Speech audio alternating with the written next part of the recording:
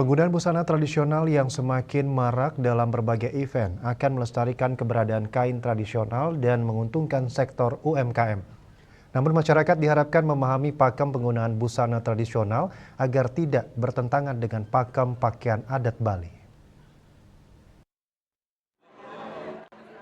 Perancang busana asal Bali Cokode Gede Abinanda Sukawati atau lebih dikenal dengan Coabi menilai penggunaan busana tradisional dalam berbagai event sangat positif dalam upaya melestarikan kain-kain tradisional di tanah air.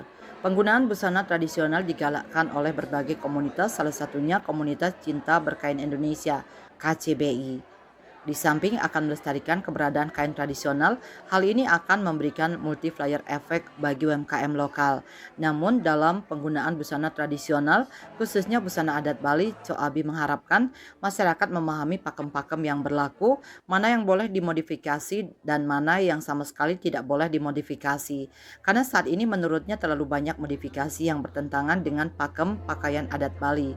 Modifikasi hanya diperbolehkan untuk penggunaan acara-acara di luar upacara adat. Kalau buat tiang kan ada bermacam-macam. Kalau kita memodifikasi supaya tetap kelihatan pakemnya, ada juga kiat-kiatnya. Tetapi ada juga modifikasi memang modifikasi untuk kesempatan yang lebih internasional, bukan arahnya ke upacara adat.